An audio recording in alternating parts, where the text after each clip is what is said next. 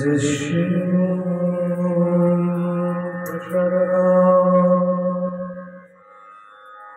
भगवत प्रसाद जिष्णु प्रसाद गति कुतुपी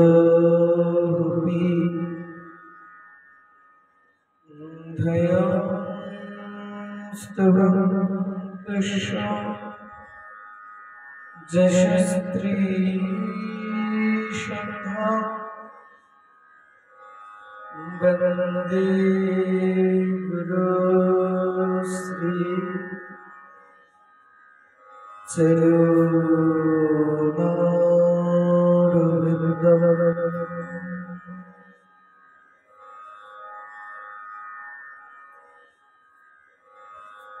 मुखं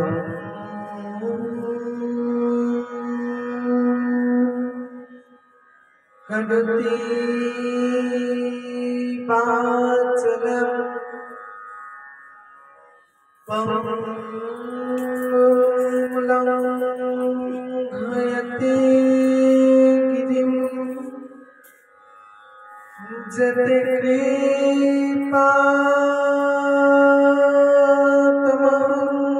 वन्दे परमानंद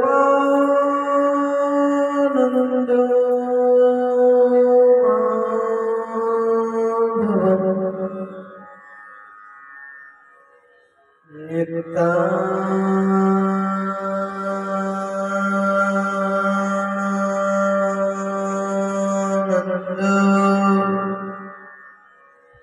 नमस्तामः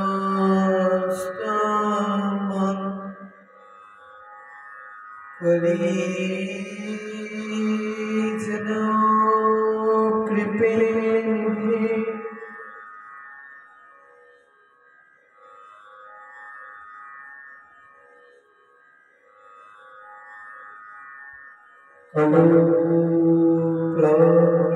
क्लेशनाशाय जन्मभापतये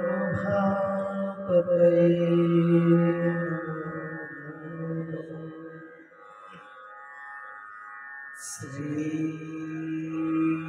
महाप्रेमरसोत्पदाय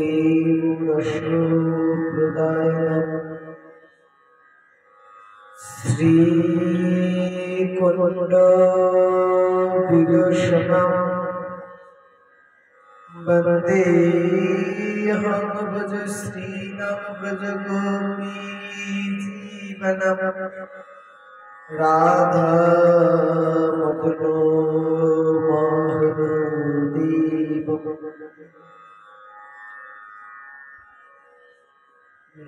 गुरवे गौरचन्द्राय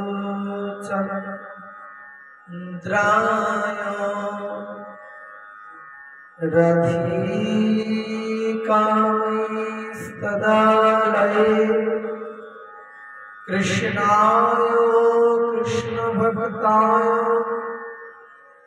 तद्भक्ताय नमो नमो अधरं मधुरं वदनं मधुरं नयनं मधुरं हर्षितं मधुरं हृदयमधुरं वदनं मधुरं चरितं मधुरं वरितं मधुरं मधुराधिपते अखिलं मधुरम्।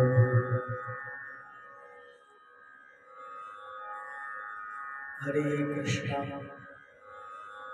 निताय गौर निताय गौर श्री कृष्ण चैतन्य प्रभु नित्यानंद श्री अद्वैत गदाधर श्रीवासादि गौर भक्तवृंद। भगवता আজকে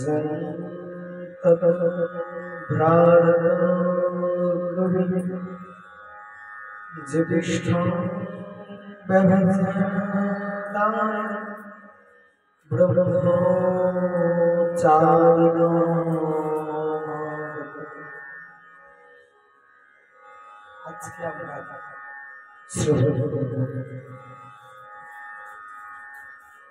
রাজা নাভার ও অমরেশের কিছু কিছু আমাদের সময়ের মধ্যে যেটুকু বলা যাবে আমরা সেইটুকু শ্রবণ করব।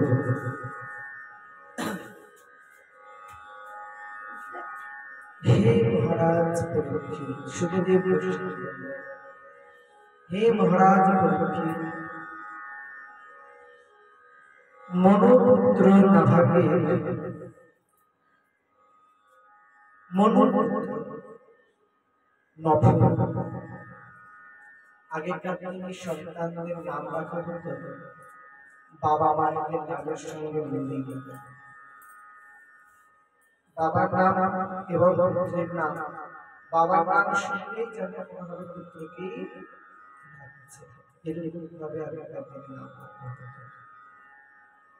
তোমার এখানেও মনুপুত্রের নাম ছিল, মনুপুত্রের নাম ছিল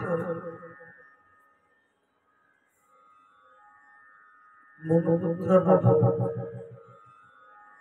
সেই নভের পুত্র ছিলেন নাভা। দীর্ঘকাল ব্রহ্মচর্য পালন করে তিনি বাড়ি এলেন। তখন তার ভাইয়েরা তাদের যে বয়সে ছোট কিন্তু বিদ্যায় শ্রেষ্ঠ নাভাকে কেবল পিতাকেই তার পৈতৃক সম্পত্তি ভাগ নির্দেশ করে দেন। সকল সম্পত্তি তারা অনেক আগেই নিজেদের মধ্যে ভাগ ব্যবহার করেছে। মনুপুত্রের নাম কি ছিল? নভ। সেই নভকে পুত্র ছিল রাজা নাভা। সেই নাভার ব্রহ্মচর্য পালন করে যখন এলেন, ব্রহ্মচর্য গ্রামস্থ ব্রাহ্মস্থ সন্ন্যাস, এই চারটা দিক আমাদের মধ্যে রয়েছে। প্রথম ব্রহ্মচর্য, তারপরে গ্রামস্থ, তারপরে 3 নম্বর বানপ্রস্থ। এটা আমরা ছোটবেলায় পেয়েছি। ব্রহ্মচর্য, গ্রামস্থ, বানপ্রস্থ সন্ন্যাস, ধাপে ধাপে ব্রহ্মচর্য অর্থাৎ শিক্ষা পালন করা। আমাদের মধ্যে শিক্ষা বিষয়ে তারপরে গৃহস্থ সংসারের মধ্যে ফিরে আসা, এবং এই সংসারের মধ্যে ফিরে আসার পরবর্তীতে ফিরে আসার পরে আবার প্রাণস্থে ফিরে যাওয়া, তারপরে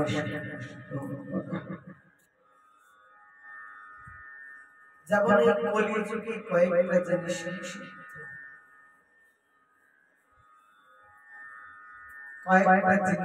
শিখতে কলিতে সন্ন্যাস নিষিদ্ধ। মহাপ্রভু বলে গেলেন কলিযুগে সন্ন্যাস, তারপরে দেওর দ্বারা মানে দেওর দ্বারা দেবর দ্বারা দেবরের দ্বারা বংশ বিস্তার, তারপরে শ্রাদ্ধে মাংস দান করা। এখনকার দিনে তো শ্রাদ্ধে মাংস না হলে হবে না। আমরা বলতে পারি শ্রাদ্ধে মাংস হয় না, মাছ। মাছের বডিটা একটু মাংস,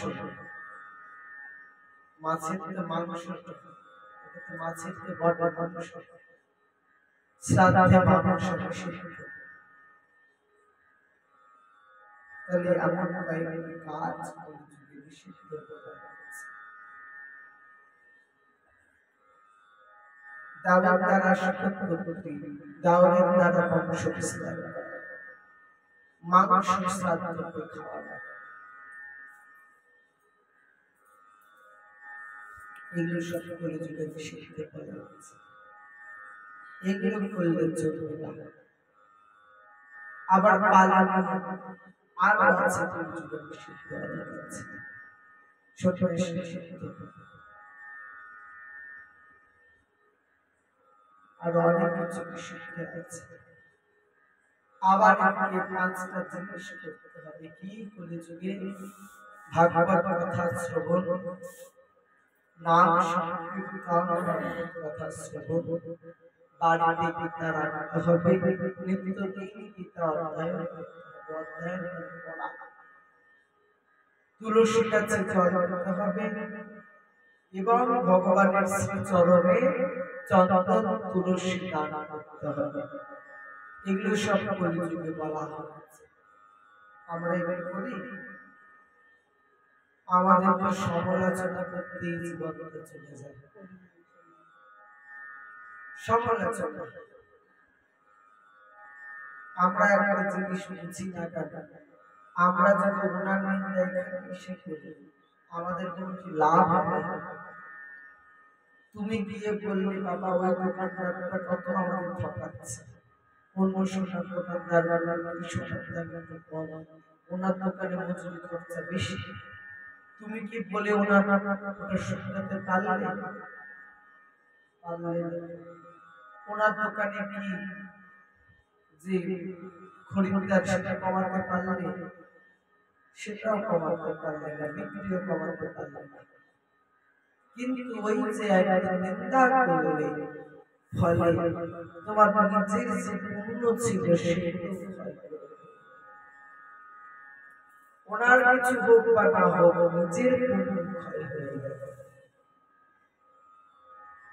হাজার মানুষ যে যাই কথা বলবে না কেন, যত আমরা বেশি করে শোনার চেষ্টা করবো, এটা ভুলে যেও না কেন, তুমি যত শুনবে দুটো লাভ, যত শুনবে দুটো দাড়ি পাল্লা হয় না,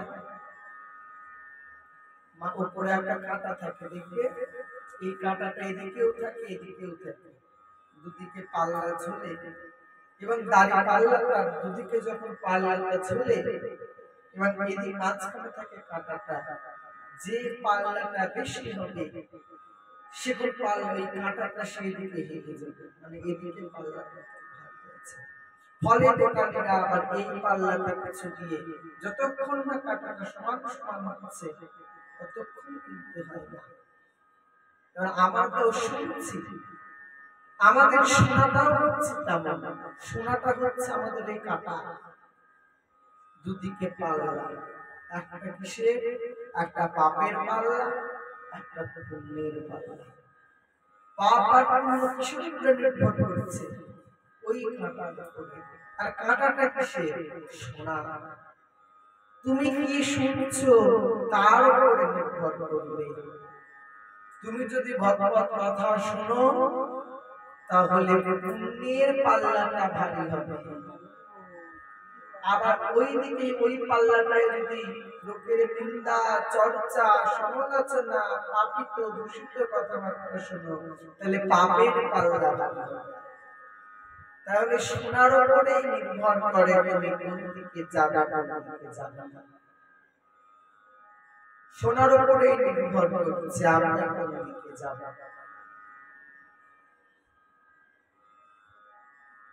তো ঠিক তেমনি আমাদের কি করতে হবে? হরিকথা শ্রবণ করতে হবে, ভগবত কথা শ্রবণ করতে হবে। এবার রাজা কাভার এই যে ব্রহ্মচর্য করে তিনি বাড়িতে ফিরেছেন, অনেক আগেকার দিনে তো ঋষি মুনিদের অনেক পুত্র ছিল, আমরা অনেক ঋষি মুনির নাম পাই। পুস্তক 150 100 জন স্ত্রী 150 করছে দিনে মুনিদের। এনার অনেক কিন্তু পুত্রগুলো সবাই ছিল নাভাগের থেকে বয়সে ছোট, সবাই ছিল নাভাগের থেকে বয়সে ছোট। কিন্তু ওই যে একটা জিনিস, একজন শিক্ষা অর্জন করে ফিরেছেন, এনাদের তো কোনো শিক্ষা নেই, এনাদের তো জানার কিছু বিষয়বস্তু নেই, জানাবে কোথা থেকে জানাবে, কিছুই তো জানার নেই। ফলে কি হয়েছে, তার থেকে ছোট, তার থেকে কিন্তু বয়সে ছোট, কিন্তু তারা এত চালাক, দাদা আসার আগে তার বাবাকে বলে, তার বাবার যা যা সম্পত্তি ছিল সমস্তটাই তারা ভাগ বাটোয়ারা করে নিয়ে নিয়েছে,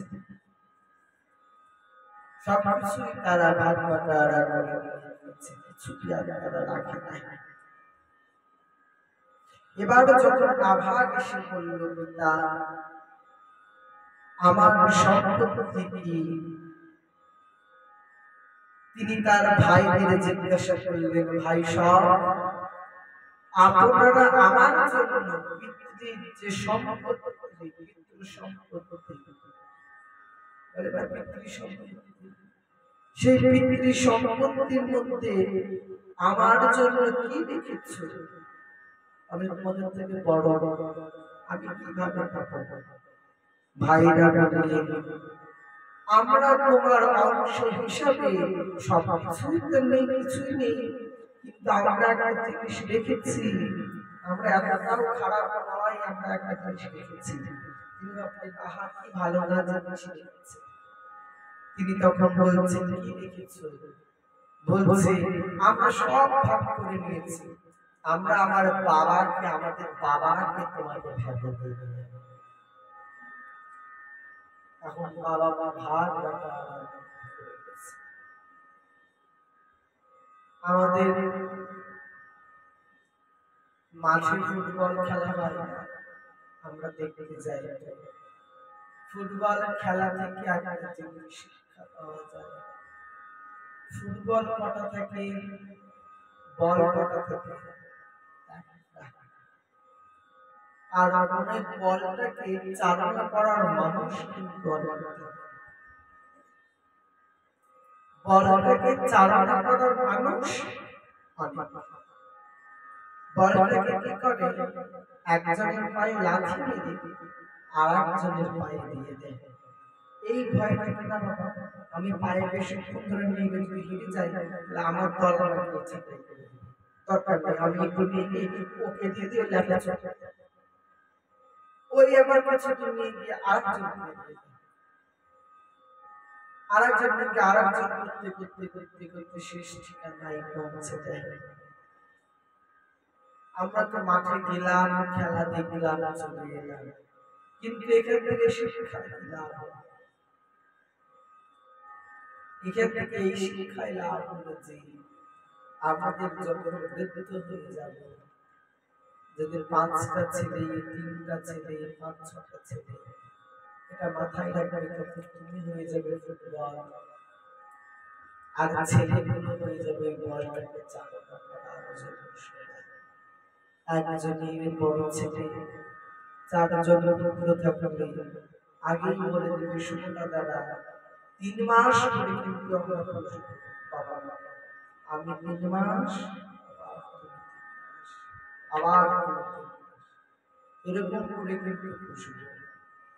তখন আমরা কি করি, ফুটবলের মতো বড় ছেলের কাছে লাথি খেয়ে ছোট ছেলের কাছে আসি, আবার 3 মাস যেই হয়েছে ছোট ছেলে লাথি খেয়ে ছোট ছেলে আবার ছোট ছেলে লাঠি মেরে ছোট ছেলের বাড়িতে পাঠিয়ে দেয়। এইভাবে করতে করতে করতে করতে জীবনটা যখন শেষের দিকে, ওই যে বলটার যখন শেষ ঠিকানায় ঢুকে যায়, আমরাও তখন শেষ ঠিকানায় চলে যাই। এটাই হলো আমাদের জীবন চলে। এটাই হলো আমাদের জীবন চর্যা। যেমন একটা গল্প আছে, যখন সৃষ্টিকর্তা গাধাকে সৃষ্টি করলেন, গাধা তুমি লোকের মাল বহন করবে, তোমার আমি আয়ু দিলাম 30 বছর। গাধা বলল না না বাবা, আমি লোকের এত আয় ভাই বহন করবো, আমি এত বছর আয়ু দেবো না, আমাকে 15 বছর। তারপরে কুকুরের কাছে, কুকুর তুমি মানুষের সৃষ্টি খেয়ে বেঁচে থাকবে, আমি তোমার আয়ু দিলাম, আমি তোমার আয়ু দিলাম আবার 40 বছর। বলছে এত আয়ু দরকার নেই, আমি 20 বছর। এবার এলো বাঁদরের কাছে, বাঁদর তুমি এই ডাল থেকে ওই ডাল, ওই ডাল থেকে ওই ডাল তুমি খেলা দেখাবে, তোমার আয়ু দিলাম আমি 20 বছর। বলছে এত আয়ু দেবো না, আমাকে 10 বছর। আচ্ছা, এইবার এলো মানুষের কাছে, মানুষ হ্যাঁ তোমার আয়ু দিলাম 25 বছর। বলছে কি আমি, তুমি হবা প্রাণীকুলের সর্বশ্রেষ্ঠ জীব। তখন বলছে আচ্ছা তাই হবে, 25 বছর ঠিক আছে, কিন্তু আমি একটা জিনিস চাই। এই যে 3টে প্রাণীর যে আয়ু ফিরিয়ে দিলাম, এইগুলো আমাদের। এবার মানুষ বেঁচে থাকে 30 বছর মানুষত্ব হয়ে, আর ওই যে গাধার 20 বছর, তখন হাড় খাটুনি 20 বছর, তারপরে 60 বছর হয়ে যায়, তখনও যে কুকুরের মতো উচ্ছিষ্ট খেয়ে বেঁচে থাকতে হয়। 65 বছর হয়ে গেল, 50, 15, 65 কুকুরের মতো উচ্ছিষ্ট খেয়ে, ছেলেমেয়েরা যায় দেয় তাই খেয়ে বেঁচে থাকতে হয়, আর মাত্র 10 বছর। তাহলে বাঁদরের মতো ছোট ছোট নাতি নাতনিদেরকে নিয়ে পিঠে ঘোড়া বানাবো, কাঁধের উপরে ঝুলিয়ে দিব, এই করে ঘোরাবো, এইভাবে চলতে হবে। এই হলো মানুষের জীবন। এইবার সেই পিতাকে ভাগ করে দিল। তিনি তখন তার পিতার কাছে গিয়ে বললেন, হে পিতৃদেব, আমার বড় ভাইয়েরা আমার ভাগ হিসেবে আপনাকেই দিয়েছে, তাই পিতা বললেন, বৎস তুমি ওদের কথা বিশ্বাস করো না। দেখো সম্প্রতি আঙ্গিরস গোত্রীয় শ্রেষ্ঠ ব্রাহ্মণগণ এক বিশাল যজ্ঞ অনুষ্ঠানে রত হয়েছে, কিন্তু পুত্র তারা প্রত্যেকে যজ্ঞ তিনি নিজেদের কর্মে কিছু। এমন সময় পিতা বললেন যে পুত্র তুমি যে বলছো কিছু নেই, আছে একটা জিনিস আছে। বলছে কি? তখন বললে এইখানে একটি যজ্ঞ ক্ষেত্রে রাজা মশাই একটা যজ্ঞের আয়োজন করেছে, সেই যজ্ঞেতে যারা যজ্ঞ করছে ব্রাহ্মণগণ, তারা প্রতিদিন কিছু না কিছু একটা ভুলের কারণে, তারা প্রতিদিন কিছু না কিছু একটা ভুলের কারণে এই যজ্ঞ তারা কিছুতেই আর সফল করতে পারছে না।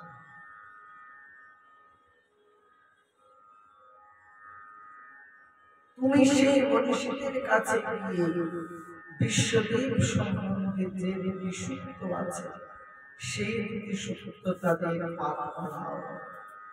তারা যখন স্বর্গে যাবে, তখন যজ্ঞাবিশিষ্ট সমস্ত ধন দান করবে। এবার যজ্ঞ করার মানে কি? উদ্ধার হয়ে যাবে, স্বর্গে চলে যাবে। সত্যযুগ কিসের জন্য বিখ্যাত? সত্য ত্রেতা। ত্রেতা যুগে কিসের জন্য বিখ্যাত? ত্রেতা যুগে কিসের দ্বারা ভগবানকে পাওয়া যাবে? যজ্ঞের দ্বারা। সত্য যুগে ধ্যানের দ্বারা।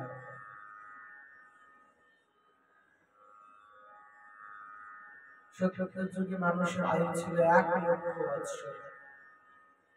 ত্রেতা যুগে নেমে এলো 10,000 বৎসর। কলি যুগে নেমে এলো 1,000 বৎসর। দ্বাপর যুগে নেমে এলো 1,000 বৎসর এবং কলি যুগে নেমে এলো 100 বৎসর। তাও মানুষ পাচ্ছে না। সাপের গন্ডা পেরাতে পেরাতে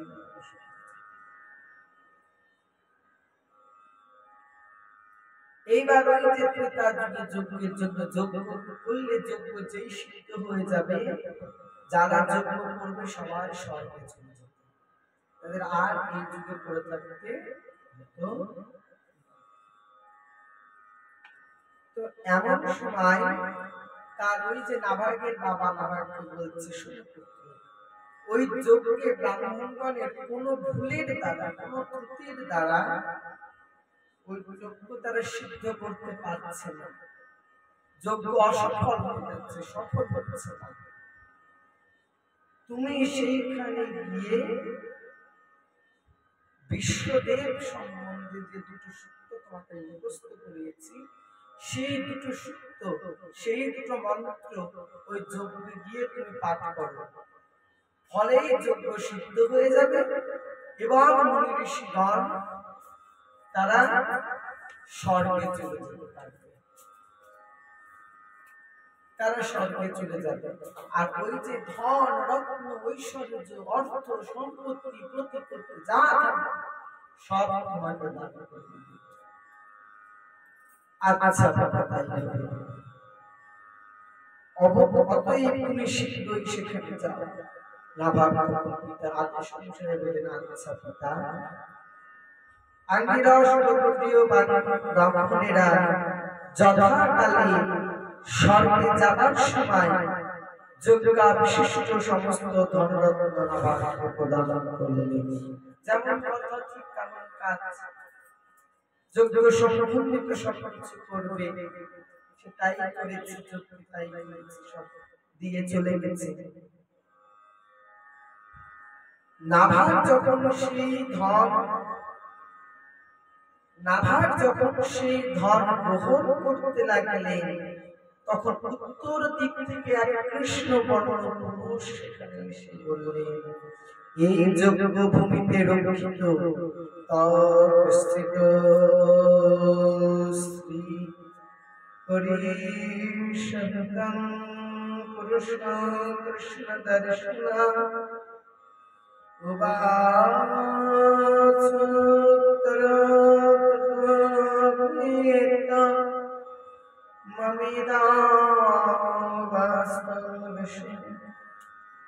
এই যজ্ঞভূমিতে রক্ষিত অবশিষ্ট ধন সমস্ত যজ্ঞের শেষ কার প্রাপ্য? নাভাগ বললেন, ঋষিদত্ত, এই সমস্ত ধন আমার, এই সমস্ত ধন আমার। সেই পুরুষ তখন বললেন, আমার এই বিবাদের ব্যাপারে তোমার পিতাকে গিয়ে জিজ্ঞেস করো, তোমার পিতাকে জিজ্ঞাসা করা যায়। নাভাগ তখন বললেন, আচ্ছা তাই হবে, আমি আমার পিতাকে গিয়ে এই কথা জিজ্ঞাসা করছি। পিতা বললেন, প্রজাপতির যজ্ঞের সময় একবার এই সিদ্ধান্ত নিয়েছিলেন যে যজ্ঞভূমিতে যজ্ঞাবিশিষ্ট সবকিছুই রুদ্র দেবে।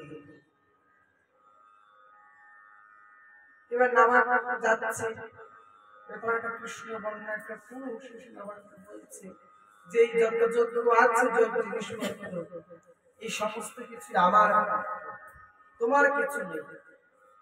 নাভাগ বলছে না আমার প্রাপ্য। তখন সেই মহাপুরুষ বলছেন যে তুমি তোমার পিতাকে গিয়ে জিজ্ঞেস করো যে সমস্ত কার আছে, তোমার আছে না আমার আছে, জিজ্ঞেস করো। পিতার কাছে যখন জিজ্ঞেস করেছেন, পিতা বলছেন হ্যাঁ, দক্ষ প্রজাপতির যজ্ঞের সময় এরকম ঘটনা ঘটেছিল।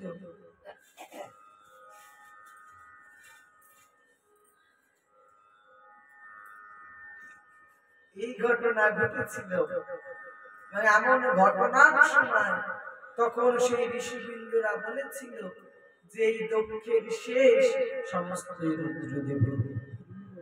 রুদ্রদেবকে মহাদেব পরম বৈষ্ণব বলে রুদ্রদেব ভগবান কি, বলে রুদ্রদেব মহাদেব কি, রাজা নাভাগ কি।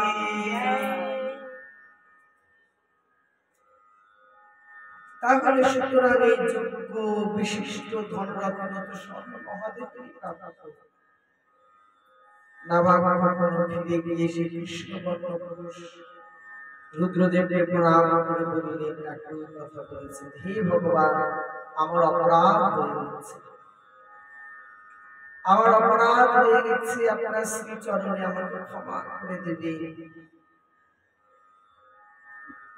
রুদ্রদেব তখন বললেন, তোমার পিতৃদেব ধর্মানুকূল সিদ্ধান্ত নিয়েছে, আর তুমিও সত্য কথাই বলেছ।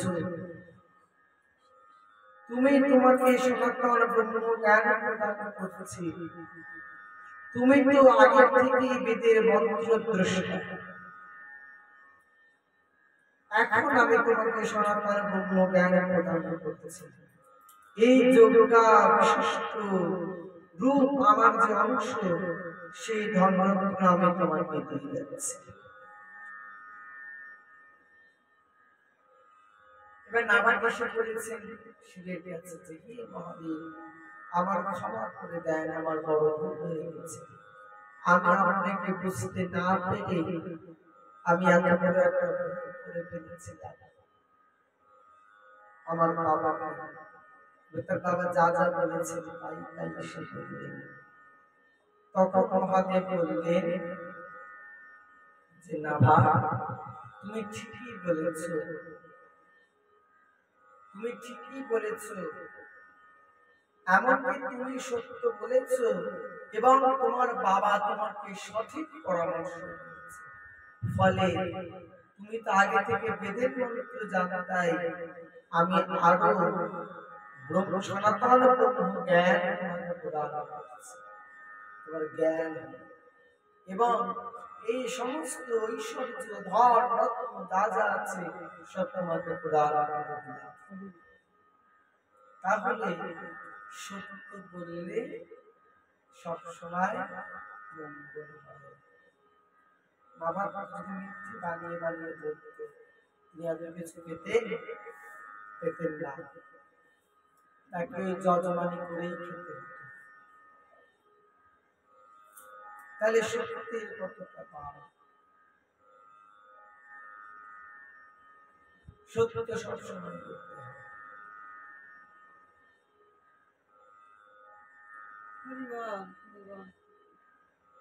এবার বলবো এমন সময় যদি কথা বলে যায়, পাঁচটা ক্ষেত্রে মিথ্যে বললে দোষ। কখন কখন বিবাহ পরিহাস হয়, বন্ধু বান্ধবীরা গল্প করে, বন্ধুরা গল্প করে, রকম গল্প করে, তখন তো মিথ্যে কথা বলে, হাসাহাসি হয়, তখন মিথ্যে বলতে দোষ। আবার কখন বিবাহ ক্ষেত্রে মিথ্যে বলতে, মেয়েটা কেমন আওয়াজই নাই বলা থেকে কোথায় বলে না, ওই ঘরে কথা বললে পাশের কি শুনতে পাই না, বাড়িতে বাড়িতে কাটছি বসে এত শান্ত, এত শান্ত। এবার ছেলের বাড়িতে গেছি, ছেলেকে বলবে আজ কেমন যখন দেখতে গেছে ছেলে, মা কুচকুচে কালো সাদা দাঁত, বলছে ভাল্লুক একটা শাকালুচি হচ্ছে, লাল লেগেছে হচ্ছে ভাল্লুক। এইবার ঘটককে ধরছে, কিছু বললে রাজপুত্র, কোথাকার রাজপুত্র, মানে জঙ্গলের রাজপুত্র, রাজপুত্র সে জায়গাকার হোক সেখানকার রাজপুত্র। তৃতীয়, ব্রাহ্মণ রক্ষার্থে মিথ্যে বললে দোষ নেই। তৃতীয়, গোমাতা রক্ষার্থে মিথ্যে বললে দোষ নেই। এবং তৃতীয় এবং পঞ্চম, কারো প্রাণ বাঁচাতে মিথ্যে বললে দোষ নাই। আমরা একটা জিনিস শুনেছি না, একটা গল্প করেছি না, যে আমরা একটা গল্প করেছি না, যে একটা মুনিবর তিনি ধ্যান করছেন একটা গাছে, কোনো যেন মিথ্যে কথা বলেন না, তিনি এবার ধ্যান করছেন একটা গাছের তলায় বসে থেকে, ধ্যানে তিনি মগ্ন। এমন সময় কি হয়েছে, একটা বালককে একদম ডাকাত পেয়েছে থেকে কাটানো। সেই বালকটা প্রাণ বাঁচানোর জন্য সেই ঋষি মুনিটার পিছন দিকে গিয়ে লুকিয়েছে গাছটা জঙ্গলে। যখন মুনিটাকে জিজ্ঞেস করেছে যে আপনি কোনো বালককে যেতে দেখেছেন, এবং তিনি মিথ্যে না বলে সত্য বলেছে, হ্যাঁ ওই যে পিছনে আছে, এবং যেই বলেছে কাটবে বলে দাও উঠিয়েছে, তাকে কাটার আগে মুনিবরটার মাথা খুলে ফেলে গেছে। কারণ ওখানে তো মিথ্যে বলা প্রয়োজন, ওখানে সত্য বলা প্রয়োজন নাই, ওখানে তো মিথ্যে বলতে হবে, ওখানে সত্য বললে হবে, একটা প্রাণ বাঁচাতে হবে। তার জন্য মনে রাখবে, মঙ্গলের জন্য যে বাক্যই বেরাবে না কেন, মঙ্গল বাক্যই হচ্ছে সত্য বাক্য। তোমার কোনো কথায় যদি কারো মঙ্গল হয়, সেটাই হচ্ছে সত্য বাক্য। বুঝতে পেরেছো সবাই? ঠিক তেমন এটা মাথায় রাখতে হয়, মঙ্গলের জন্য যা বলা হবে সেটাই হলো সত্য বাক্য। এইবার রাজা নাভার অংশ ধর্মরত্ন আমি তোমাকে দিয়ে যাচ্ছি, তুমি তা গ্রহণ করো। এই কথা বলে সূর্যপুত্রী ভগবান রুদ্র অন্তর্ধান করলেন, এবং সেই ব্যক্তি সকাল সন্ধ্যা একাগ্র চিত্তে সে আজ্ঞা স্মরণ করল, এবং যে ব্যক্তি তার মন্ত্র জ্ঞান সম্পন্ন হবে, তার সাথে সাথে আত্মবিদ্যা লাভ করবে। এবং যখন তিনি যান, নাভাকে আশীর্বাদ দিয়ে গেলেন, নাভা তোমার বিবাহের পরে তোমার যে পুত্র হবে, তিনি সর্বদা মন্ত্র জ্ঞান স্মরণ করবে, তার বিদ্যা লাভ হবে, বিদ্যা লাভ করবে, কৃষ্ণ প্রেম বিদ্যা তার মধ্যে লাভ হবে, কৃষ্ণ প্রেম শিক্ষা তার মধ্যে লাভ হবে। এবং এই নাভাকের পুত্রই হচ্ছে রাজা অম্বরীশ। আমরা আগামীকাল, আজকে আমরা শ্রবণ করলাম রাজা নাভাকের জীবন চরিত্র, আগামীকাল আমরা শ্রবণ করব রাজা অম্বরীশের জীবন চরিত্র।